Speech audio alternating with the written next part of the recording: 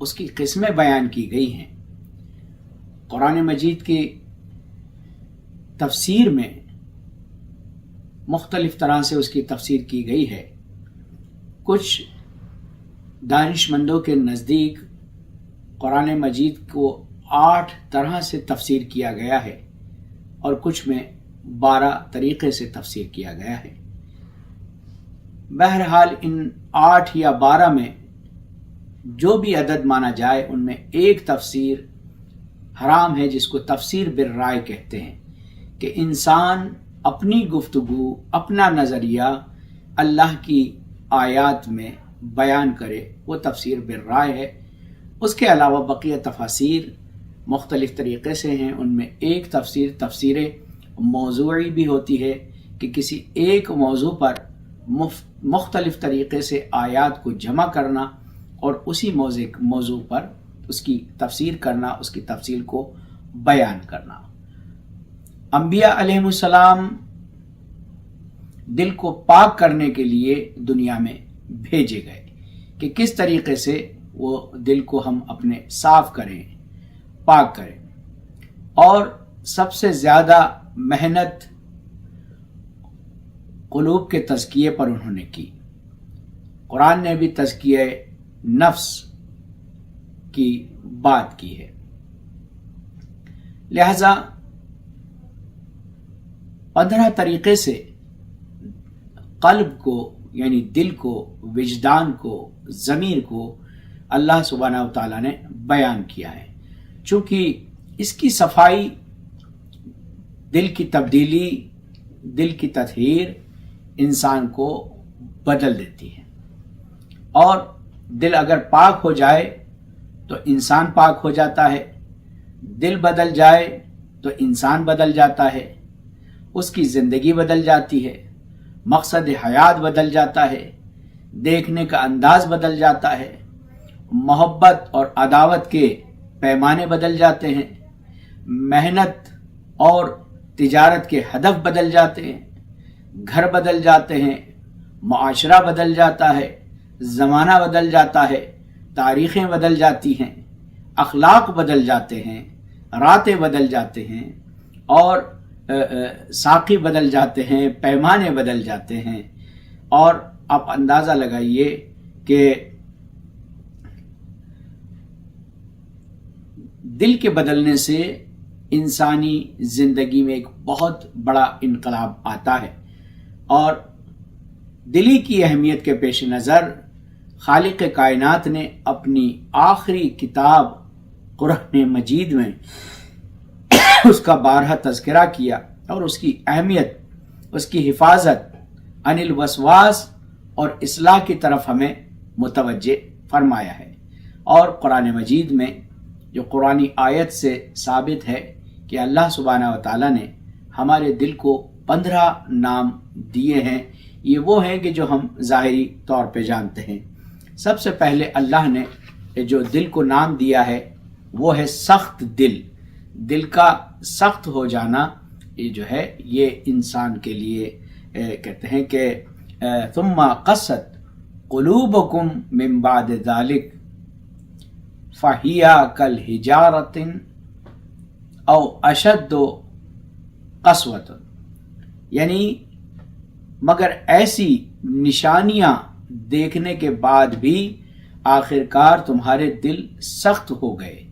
اللہ کی آیات کو دیکھ کر، اللہ کی نشانیوں کو دیکھ کر، اللہ کی رحمت کو دیکھنے کے باوجود تمہارا دل جو ہے اللہ کی طرف سے نہیں مڑتا ہے۔ یا ایھا الانسان ما غرک بربک الکریم الذی خلقک فسواک فعدلک، اے انسان تجھے تیرے رب کریم کے سلسلے میں کس نے دھوکہ دے دیا؟ کیا اس نے تجھے خلق نہیں کیا؟ کیا جو کچھ تجھے چاہیے تھا وہ نہیں دیا؟ کیا تو اس نے تیرے ساتھ انصاف نہیں کیا؟ کہتے ہیں کہ تمہارے دل سخت ہو گئے، پتھروں کی طرح سخت، بلکہ سختی میں کچھ ان سے